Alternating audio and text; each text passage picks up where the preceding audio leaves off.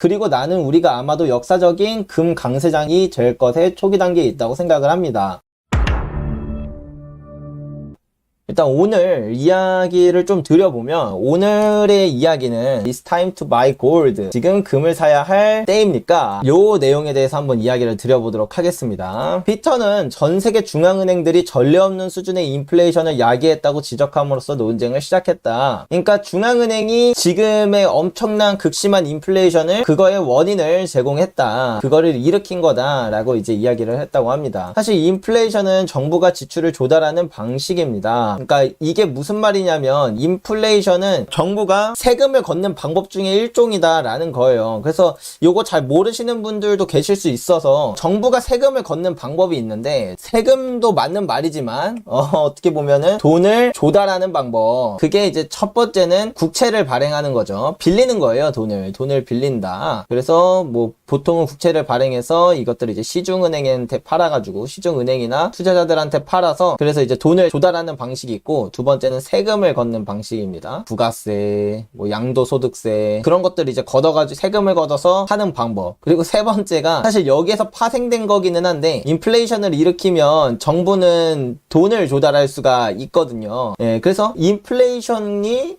정부가 돈을 조달하는 방법이랑 뭔 상관이지 이렇게 생각을 할 수가 있는데, 인플레이션이 일어나면은 정부가 왜 돈을 버냐면, 예를 들어서 1,000원짜리 물건이 있다고 치죠. 얘가 이제 2,000원이 됐어요. 그러면 원래 얘 부가세가 10%였다고 치면은 이제 세금은 100원이죠. 근데 인플레이션이 일어나면 세금이 200원으로 늘어나는 거예요. 그러니까 세금이 2배로 올라가는 거죠. 인플레이션이 발생하면 세금이 늘어난다. 그러면 정부가 조달하는 돈이 더 많아지는 거죠. 이게 첫 번째고, 두 번째는 뭐냐면 또 하나의 효과가 있는데, 여러분이 한 20년 전에 300만 원의 빚이 있었어요. 근데 이때는 20년 전에 300만 원은 꽤 큰 돈이었을 거 아니에요? 근데 현재 300만 원의 빚은 뭐 마음만 먹으면 사실 한 달에도 진짜 열심히 일해서 뭐 대리 뛰고 하면 한 달이면은 갚잖아요. 그 정도의 돈으로 전락을 하잖아요. 그 이유가 인플레이션이 일어났기 때문이거든요. 그래서 그 지금 정부가 가진 부채가 총 10조가 된다고 칩시다. 근데 인플레이션이 일어나면 이 10조에 대한 실질 가치가 8조나 한 6조로 떨어지는 거예요. 그러면은 내가 원래 갖고 있는 빚에 대한 그 가치가 떨어졌으니까 다시 그만큼의 빚을 또 추가로 발행해도 괜찮겠죠. 그러면 이제 뭐 6조로 떨어졌다 치면은 4조만큼의 빚을 더 발행해도 되는 거겠죠. 이런 식으로 빚을 조달할 수가 있다. 인플레이션이 일어나면. 그러니까 즉 다시 말해서 인플레이션이 발생하면 첫 번째로 세금이 늘어나고, 두 번째로 빚이 줄어드는 이 두 가지 효과를 얻을 수가 있다. 그래서 사실 정부는 인플레이션을 좋아해요. 예, 그래서 이전에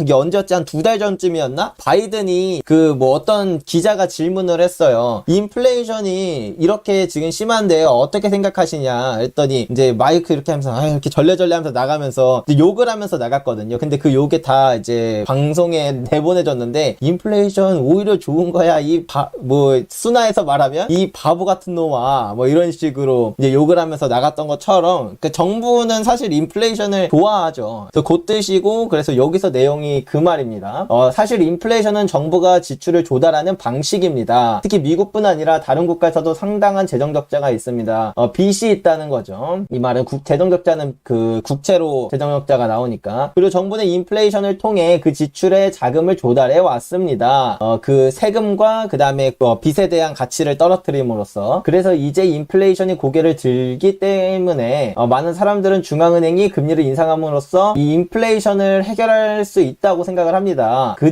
여기서 그들은 중앙은행을 이야기하는 것 같아요. 중앙은행은 금융위기를 일으키지 않고 불황을 일으키지 않고는 그것을, 인플레이션을 해결할 수 없습니다. 그래서 저는 이제 피터라는 사람의 생각이고요. 중앙은행들이 인플레이션 싸움에 수건을 던지려고 한다고 생각합니다. 그러니까 중앙은행이 인플레이션과 막 기가 막히게 싸우려고 일단 지금 금리를 막 올리고 있지만, 근데 여기서 이거를 결국엔 포기할 거다라고 생각을 한다는 것 같아요. 인플레이션이 이길 거라고 생각합니다. 그러니까 중앙은행이 포기하는 거죠. 인플레이션 잡는 거를. 이제 막 시작하는 중입니다. 겁니다. 왜냐면 인플레이션을 잡기 위해선 불안과 금융위기 이 두 가지를 겪고 가야 되는데 인플레이션을 잡기 위해선 이걸 겪고 가야 되는 거고, 만약에 이걸 겪지 않으려면 이런 정도의 위기를 겪지 않으려면 차라리 인플레이션을 용인하는 방법을 쓸 것이다. 왜 그렇게 생각하는지 한번 볼까요? 그 이야기는 안 나왔네. 근데 저는 이분이 왜 이렇게 생각하는지에 대해서 그냥 제가 유추를 하자면 그냥 그런 것 같아요. 중앙은행은 독립적이잖아요. 그러니까 자기네들 통화정책은 우리가 알아서 할게 였는데, 사실 이 책에도 나오지만, 이 책에도 나오고 레이 달리오 이 책에도 나오고 변화하는 세계 질서에도 나오지만, 이 통화정책이라는 게 총 3단계가 있어요. 그래서 이거를 MP1, MP2, MP3라고 불러요.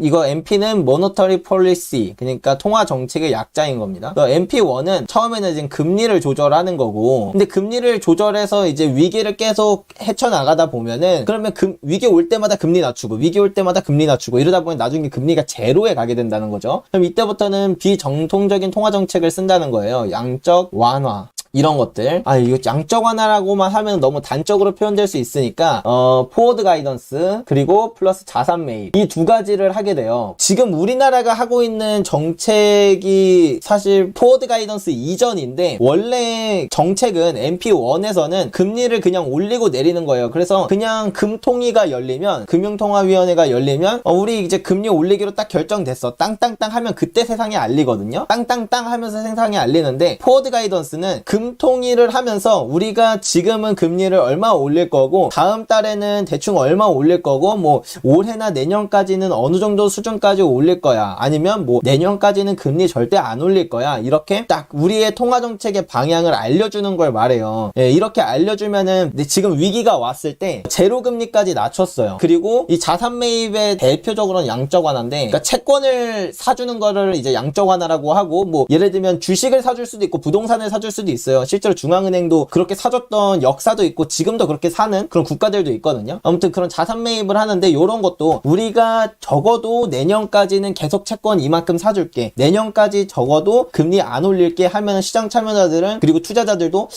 이 정도면은 내가 투자를 좀 지속해봐도 되겠는데, 내년까지 금리 안 올리면은 나 사업 이거 한번 시작해봐도 되겠는데, 금리가 이렇게 저렴한데, 이렇게 생각을 해볼 수 있게끔 해서 뭔가 그 엄청 완화적인 스탠스를 빵빵빵 취할 수가 있게 되는 거거든요. 그래서 이런 정책을 통화정책 2단계인 MP2라고 합니다. 그리고 이제 3단계가 뭐냐면, 이것도 이제 안 먹힐 때가 와요. 여기서 이제 어느 임계점에 가면 유동성 함정이라는 게 빠지거든요. 아무리 돈을 풀고 아무리 무슨 할 수 있는 모든 걸 다 해도 답이 없어, 이런 시기가 분명히 찾아옵니다. 그래서 그거가 찾아왔던 게, 우리가 이제 2008년 글로벌 금융위기 이후에 코로나 팬데믹이 나오기 직전까지가 이제 유동성 함정에 딱 빠졌던 시기였어요. 그래서 이제 MP3로 이제 간 건데, 이게 뭐냐면 재정정책과 플러스 통화정책의 콜라보. 그래서 한마디로 말하면 정부와 중앙은행이 합작을 하는 거예요. 원래 정부와 중앙은행은 독립기관이기 때문에 서로가 서로한테 뭐 그냥 말이나 던져보지 정책을 같이 하거나 하진 않거든요. 근데 예를 들면은 우리 이번 이제 코로나 팬데믹이 있었을 때 같이 공조를 하잖아요. 우리가 국채를 이만큼 발행해서 이걸로 우리 뭐 기본소득제도 하려고 그런다, 무슨 어떤 이런 복지정책들 하려고 그런다, 중앙은행아 너가 이거를 좀 이제 다 커버 좀 쳐줘 하면 이제 중앙은행이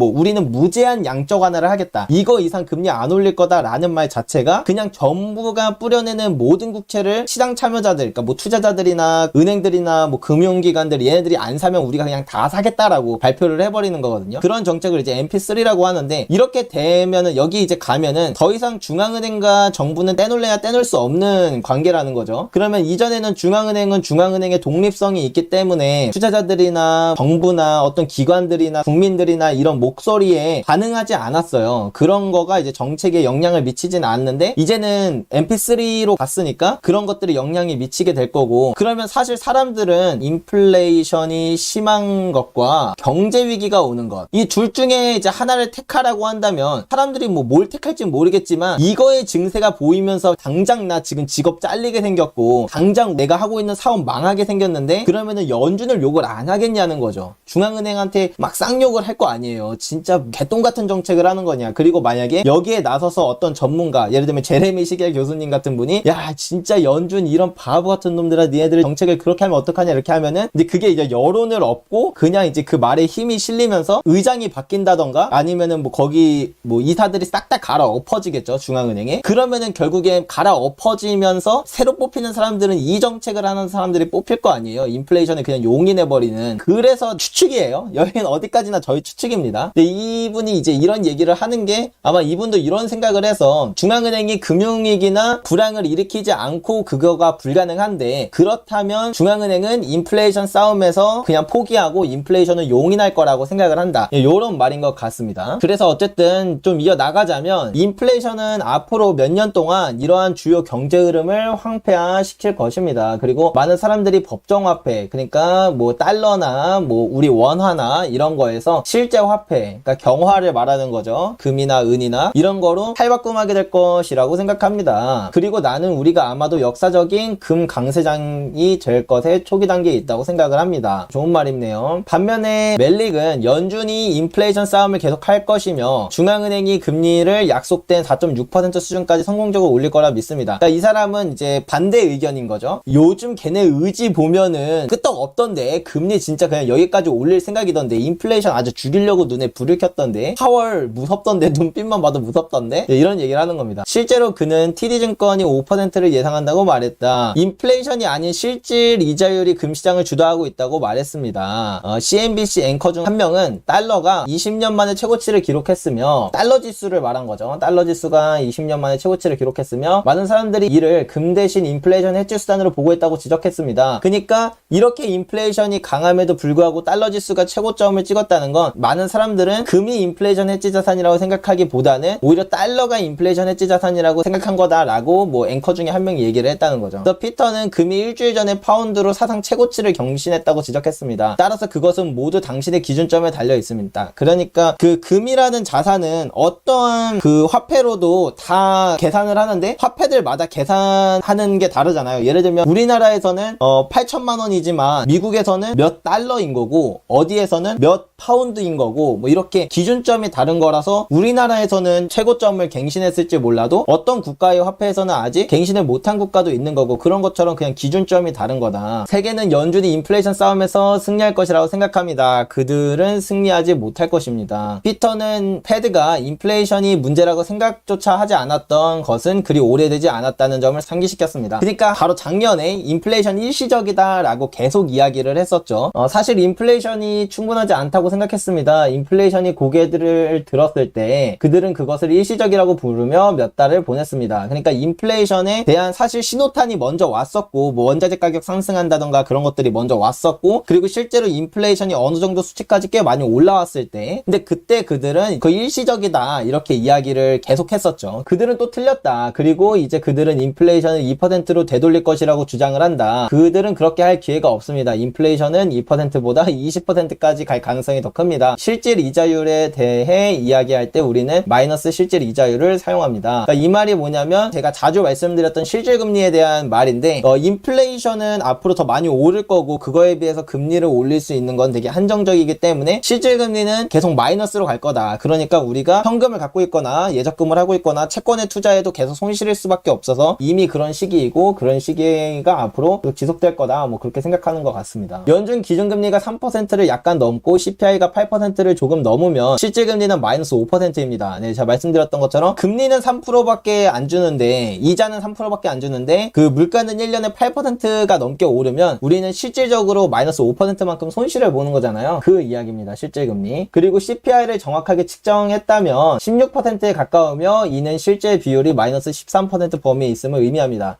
이 얘기가 제가 생각해보니까 이 얘기를 한 번도 안 드렸네요. 지금 이제 발표되는 CPI가 있잖아요. 지금 뭐 이번에 발표된 게 8.3%였는데 발표되는 소비자 물가지수가 구라다 라고 주장을 하는 사람들이 은근히 있어요. 근데 이게 뭐 음모론이 아니라 전문가들이나 노벨 경제학상을 받은 사람 중에서도 이걸 주장하는 사람들이 꽤 있거든요. 소비자 물가지수는 구라다, 뭐 일명 조작이다라고까지 이야기를 해요. 이유가 되게 많아요. 저도 사실 그거에 대한 논문도 있어서 잠깐 봤는데 근데 솔직히 저는 다는 이해 못했어요. 근데 그 중에 제가 이해한 것만 말씀드리면 그 대체품이라는 게 있어요. 이게 일단 첫 번째예요. 이게 뭐냐면 예를 들면 우리가 돼지고기를 먹잖아요. 돼지고기를 먹는데 지금 돼지고기가 한 근에 한 얼마 하나요? 뭐 국산 거는 한 15,000원 하나요? 근데 얘가 이제 3만원으로 올랐어요. 예를 들어서. 그러면은 이제 고기에 대한 부분에서는 2배가 올랐다고 측정을 해야 되잖아요. 아, 얘가 2배가 올랐구나 라고 측정을 해야 되는데 물가지수를 계산할 때 근데 이 CPI를 계산하는 방식은 어떻게 되냐면 돼지고기가 3만원이 됐으면 사람들은 닭고기 먹겠지. 닭고기는 근데 지금 뭐 3,000원이라고 한다면 그럼 닭고기 먹겠지. 그러면은 닭고기의 비중치를 훨씬 더 많이 올리는 거예요. 그래서 물가가 사실은 거의 안 올랐다고 이제 평가받게 하는 거죠. 예, 실제로 이렇게 씁니다. 그 물가 상승률 산출 공식을 보면 이렇게 써요. 그러니까 실질적으로 정말 물가가 오른 것들이 그 통계치에서 제대로 반영이 안 된다는 거고 그 두 번째는 대체품보다 좀 더 큰 건데 이거는